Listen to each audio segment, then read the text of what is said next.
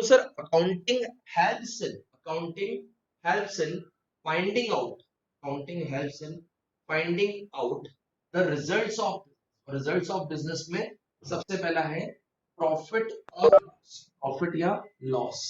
Accounting helps in finding out the results of the business, और results of business में वो क्या हो जाएगा कि बिजनेस प्रॉफिट में चल रहा है कि बिजनेस काय में चल रहा है, लॉस में। बिजनेस प्रॉफिट में चल रहा है कि बिजनेस लॉस में। सर ये समझाओ ना थोड़ा सा अच्छे से। तो अगर मैं किसी बच्चों को बताऊं, इसी के साथ मैं देखो एक छोटी सी एक और ब्रांच ऑफ अकाउंटिंग के बारे में बताना चाहता हूँ, जो कि होती है कॉस्ट अकाउंटिंग। अभी सर इसके साथ अभी आपको बहुत मजा आने वाला है।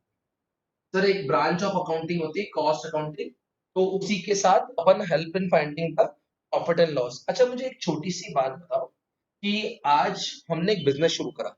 मैंने आर्ची और केयूर ने मिलके मैंने आर्ची और केयूर ने मिलके एक बिजनेस शुरू करा मस्त। हम लोग है ना 100 रुपए की टी शर्ट लाते थे। हमको 100 रुपए की टी शर्ट पड़ती थी, मतलब हमको कॉस्ट प्राइस में। और हमने उसको 140 रुपीज में बेचना शुरू कर दिया। हमने बोला 140 में हम उसको सोल्व भी कर देंगे, अच्छा प्रॉफिट है बेटा। 100 रुपए की शर्ट 140 रुपीज में रोज बेचते थे। और सर हमारी रोज कम से कम 100 से 200 शर्टें बिक जाती थी। तो सर आपकी रोज 100 शर्टें बिकती थी, मतलब महीने की कितनी 3000 शर्टें। हाँ यार बेटा महीने की 3000 शर्टें, बड़ा मजा आया था। तो सर यार आप तो लोग बहुत खुश होते होगे, बहुत सारा प्रॉफिट कमाते होगे। तो हमने बोला ठीक है यार। मैंने आर्ची और केयूर को बोला भी, केयूर जो अपन माल माल बेच रहे हैं इसकी रिकॉर्डिंग कर लेते हैं, इसकी अकाउंटिंग कर लेते हैं, क्योंकि जरूरी है। तो मेरे को आर्ची ने जवाब बताऊं क्या दिया। आर्ची ने बोला सर देखो 100 रुपए की शर्ट है, 100 रुपए की शर्ट अपन कितने में बेचते हैं, 140 में। तो 40 रुपए का प्रॉफिट हो ही रहा है। और 40 रुपए का प्रॉफिट हो रहा है तो आप मान लो 40 इंटू 100 रुपए। तो सर एक दिन के 4000 रुपए कमा ही रहे हैं। और 4000 इंटू 30 कर लो तो पूरे महीने के 1,20,000 रुपए कमा रहे हैं। मैंने बोला यार पूरे महीने के 1,20,000 तो अच्छे होते हैं, कमा रहे हैं। तो बोला आर्ची ने बोला, मैंने बोला आर्ची कुछ खर्चे भी तो होते होंगे। बोले "सर, खर्चे वर्चे मान लो थोड़े बहुत, आप मान लो कितने रुपए के, 10,000 के, 15,000 के, 50-30,000 के, वो भी सर अपन प्रॉफिट में ही चल रहे हैं। अपन तो मस्त पार्टी करो। तो फिर हम रोज क्या करते थे, 100 शर्टें बेचते थे। रोज की हम कितनी शर्टें बेचते थे, 100 रुपए की शर्ट खरीदी थी, बेचते कितने में थे, 140 में। हमारा माल प्रॉपर लुधियाने से आता था, क्योंकि वहां पे माल सस्ता बनता है। तो लुधियाना से माल हमारा आता था। 100 रुपए की शर्ट थी, 140 में बेचते थे। सर रोज की रोज हमारी 100, 125, 150, 200 शर्टें बिक जाया करती थी। मैंने आरती को ही बोला, मैंने केयूर को ही बोला कि केयूर अपन अकाउंटिंग कर लेते हैं यार बेटा, जरूरी बनती है। तो केयूर ने बोला सर यार प्रॉफिट कमा रहे हैं ना, छोड़ो। ऐसा हम लोग 2 महीने, 4 महीने, 6 महीने, 8 महीने, 1 साल तक अकाउंटिंग ही नहीं करी। मैंने बोला अब 1 साल हो गया, अब तो थोड़ा बहुत लिखा पढ़ी कर ले, क्या माल बिक रहा है। तो सर अपन आपस में 3 जने हैं, अपन आपस में लोग फ्रेंड्स ही हैं, तो क्या अकाउंटिंग करें। मान लो अपन तो प्रॉफिट कमा रहे हैं, अपन गेम को आगे चलाते हैं। बेटा 2 साल बाद हमारे बिजनेस को 2 लाख का लॉस हो गया और हमारा बिजनेस बंद हो गया। हम सबने 5-5 लाख रुपए लगाए थे और 5-5 लाख रुपए जीरो। अब सर ऐसा कैसे हो गया। बिजनेस में 2 लाख का लॉस, 2 लाख का तो लॉस हुआ ही हुआ। जिसने अपने 5-5 लाख रुपए लगाए थे वो 5-5 लाख रुपए भी डूब गए, 15 लाख रुपए डूब गए, और 2 लाख का और घर से देने पड़े। ये पूरा हमारा लॉस हो गया।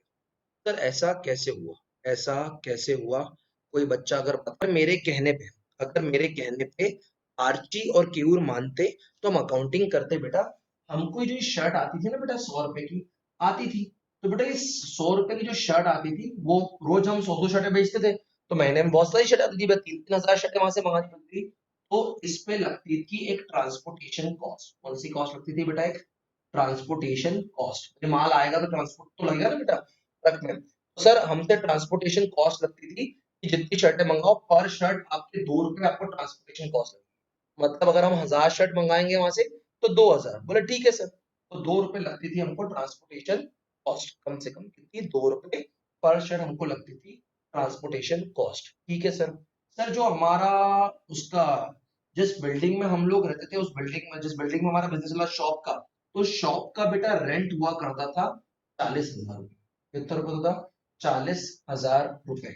40 से आप मान लो आपके हिसाब से थोड़ा सा 50,000, क्योंकि 50,000 का रेंट तो देना पड़ता है। तो उस शॉप का रेंट हम भरते थे 50,000। और अगर महीने में 3,000 शर्ट भी बेचते थे तो पर शर्ट हमको अप्रोक्सीमेट अगर आप देखोगे तो 16 रुपए तो रेंट लगता ही था, क्योंकि 16 इंटू 3,000 करोगे तभी तो ये आएगा 16-17 रुपए। तो 17 रुपए तो हमको रेंट लगता था, मतलब पर शर्ट निकालो, मैंने पर शर्ट। सर जो हमारे पास कस्टमर आते थे तो हमको लाइट का बिल लगता था। तो सर लाइट का बिल लगता था, टेलीफोन का बिल लगता था, और जो उनको हम एक पॉलिथीन, अपनी कंपनी की पॉलिथीन, हमारी कंपनी की पॉलिथीन थी, उसमें पैकेज करके देते थे। तो वो पॉलिथीन ही आती थी 3 रुपए की, अच्छी डिजाइनर पॉलिथीन थी ना हमारी। तो पॉलिथीन कितने रुपए की आती थी? हर कस्टमर को ये 3 रुपए की क्या देते थे? पॉलिथीन देते थे।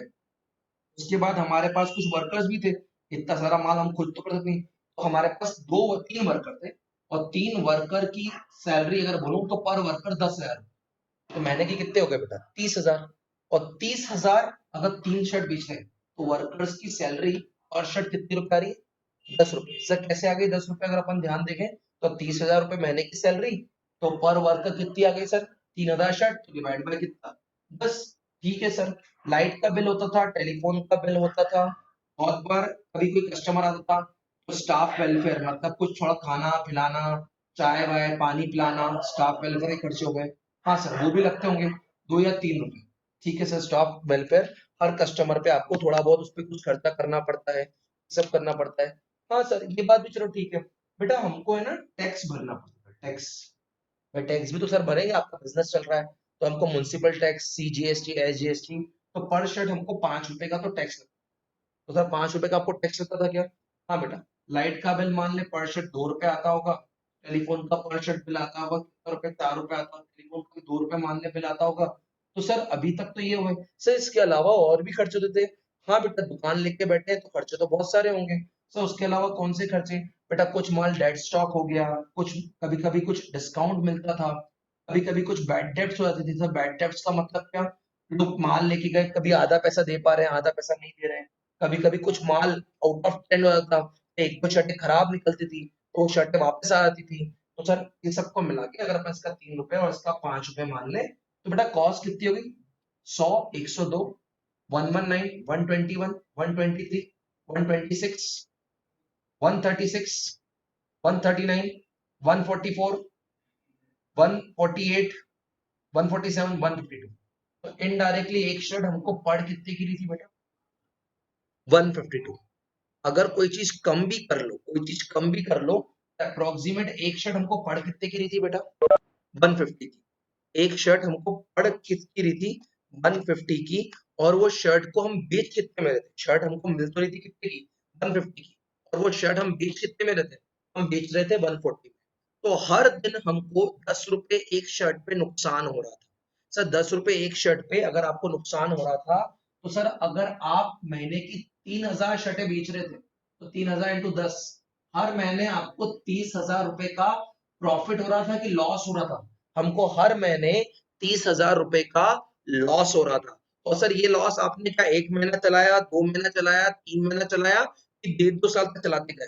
कि हम पूरा 2 साल तक चलाते गए। तो इससे क्या हुआ? 2 साल बाद हमारा बिजनेस बंद हो गया, हम रोड पे आ गए, हमारा पैसा डूब गया। अब मैं थोड़ा सा इसको पॉज करता हूँ। मैं सिर्फ बच्चों से पूछना चाहता हूँ, क्या बच्चों को अकाउंटिंग का इम्पोर्टेंस समझ में आई क्या? इतना बड़ा एग्जाम्पल दिया। इससे एग्जाम्पल से क्या क्यों है? इसीलिए ताकि मालूम पड़े, देख बिजनेस क्या लग रहा था। 100 की शर्ट बेची 140 में, तो उसमें 40 रुपए का प्रॉफिट। एक दिन में 100 शर्टें बेची, 4,000 का प्रॉफिट, तो पूरे महीने में 1 लाख रुपए का प्रॉफिट। 1 लाख रुपए का प्रॉफिट हो रहा था कि 30,000 रुपए का लॉस हो रहा था? सर अपन हर महीने लॉस कर रहे थे और लॉस को भी इंजॉय कर रहे थे। तो क्या ऐसी गलती तुम में से कुछ बच्चे भी कर सकते हो क्या बेटा? हाँ सर, अगर हम अकाउंटिंग ना करें तो बेटा अकाउंटिंग का पहला एडवांटेज क्या होता है? Accounting helps in finding out the results, that is profit and loss. Accounting helps in depicting मतलब बताने में, depicting financial position, depicting what? Financial position. अब सही, फाइनेंशियल पोजीशन मतलब क्या बेटा? अपने बिजनेस के कितने एसेट्स हैं, अपने बिजनेस में कितना कैश है, कितना अपनी बैंक में पैसा पड़ा हुआ है, कितने लोगों से अपने को पैसा लेना है, डेटर्स कितने हैं, कितने लोगों को अपने को पैसा देना है, क्रेडिटर्स कितने हैं, किससे कितना उधार लेके रखा है, किससे कितना लोन लेके रखा है। तो सर ये सब कब मालूम पड़ेगा? आज मुझे एक बात बताओ, अगर मैं बिजनेस कर रहा हूँ और अगर मैं तुम सब बच्चों की अकाउंटिंग नहीं करूँ, तुम अपनी फीस भरते हो, मैं अकाउंटिंग करता हूँ, इस बच्चे की इतनी फीस आ गई, इस बच्चे की इतनी फीस बची हुई है, इस बच्चे की ये इंस्टॉलमेंट अभी की है। तो अगर सर आप अकाउंटिंग नहीं करोगे तो क्या आपको मालूम पड़ेगा किस बच्चे से कितना लेना है? सब मालूम ही नहीं पड़ेगा। और मेरा बिजनेस तो फिर भी इजी है, मेरे पास तो कुल 50-100 जितने बच्चे हैं वो मेरे कस्टमर है, रोज आते रहते हैं। लेकिन अगर सोच तुम्हारे पापा ऐसा बिजनेस करे जिनकी कपड़े की शॉप है, जिनकी मोबाइल की शॉप है, जिनकी सियागंज में शॉप है, जिनकी किराने की शॉप है, अगर सब लोग ऐसा बिजनेस करें कि वो रिकॉर्ड ही ना करें, तो क्या उनको पता रहेगा कितनों कितनों से लेना है, कितनों कितनों को देना है, कितने एसेट है, कितनी लायबिलिटी है?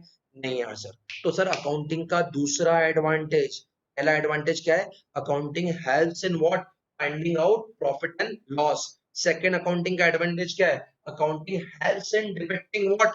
Financial position. अकाउंटिंग हमको हमारी फाइनेंशियल पोजीशन बताती है। Accounting helps in maintaining, accounting helps in maintaining systematic records, systematic records. तो ये जो पुराने बच्चे जो करीबन 10-15 दिनों से आ रहे हैं, बहुत सारे बच्चे, अनूप हो गए, यशस्विनी हो गए, क्या उन बच्चों को ये बात पता है कि सर बिजनेस में जो अकाउंटिंग होती है, तो अकाउंटिंग हर चीज को रिकॉर्ड करती है? याद करो, अपन कैश बुक पढ़ चुके हैं, अपन परचेज बुक पढ़ चुके हैं, अपन अकाउंटिंग इक्वेशन पढ़ चुके हैं। तो क्या आपको पता है कि अकाउंटिंग हर चीज सिस्टमेटिक रिकॉर्ड करती है? सिस्टमेटिक रिकॉर्ड करती है मतलब हर चीज का प्रॉपर कॉलम होता है, प्रॉपर क्लासिफिकेशन होता है, प्रॉपर अकाउंट्स बनता है। तो सर अकाउंटिंग के एडवांटेजेस क्या है? सर सबसे पहली बात तो अकाउंटिंग बताती है कि बिजनेस प्रॉफिट में चल रहा है कि लॉस में। दूसरी बात सर अकाउंटिंग बताती है कि आपके बिजनेस की फाइनेंशियल पोजीशन कैसी है।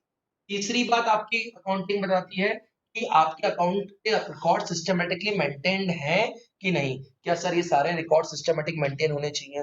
हाँ बेटा। ये बिजनेस तेरी कॉपी के समान नहीं कि कॉपी गुम हो गई या कॉपी मेंटेन नहीं करी तो कोई प्रॉब्लम नहीं है। बेटा बिजनेस में तो प्रॉपर लिखा हुआ होना चाहिए, किससे कितने रुपए का माल लिया, किसको कितने रुपए का माल बेचा, कितने के एसेट्स आए, कितने की लायबिलिटीज हुई, ये सब पता होना बहुत जरूरी है। हाँ यार बेटा, बिजनेस में ये सब पता होना आपको बहुत जरूरी होता है। सर आगे क्या? Accounting helps helps in detecting frauds. Sir ये कैसे डिटेक्टिंग फ्रॉड्स? मुझे एक बात बताओ, अगर आपके पापा की दुकान पे अगर कोई भी वर्कर है, अगर आपके पापा की दुकान पे कोई वर्कर है और वर्कर के हवाले कभी-कभी दुकान छोड़ के भी जाना पड़ती है सर, तो कभी-कभी दुकान छोड़ के जानी पड़ती है, तो कभी-कभी जो गल्ला है, जो कैश बॉक्स है, कभी-कभी खुला रहता है। सर चलो कैश बॉक्स तो कभी खुला नहीं रहता, उसमें पापा ताला लगा के जाते हैं, लेकिन दुकान किसी भी चीज की हो, मोबाइल की हो, कपड़े की हो, किसी मशीनरी की हो, कॉस्मेटिक्स की हो, क्या पता अगर नौकर एक टाइम पे 5 या 2 मोबाइल उठा ले, 2 मोबाइल उठा के जेब में चले जाए, पापा को मालूम पड़ेगा क्या? अगर कपड़े की दुकान है तो क्या पता उस नौकर ने 4-5 शर्टें कहीं छुपा के किसी अलग पॉलिथीन में, अपने खाने की पॉलिथीन में डाल दी, तो क्या पापा को पता चलेगा? क्या पता नौकर के हाथ में अपन ने कैश दिया था या कभी-कभी कैश बॉक्स खुला छोड़ गया था, उसमें से उसने 5,000 रुपए या चल 500 रुपए निकाल लिए, क्या पापा को पता चल जाएगा? यस और नो? एनीवन? यस और नो? सर बोलो बोलो।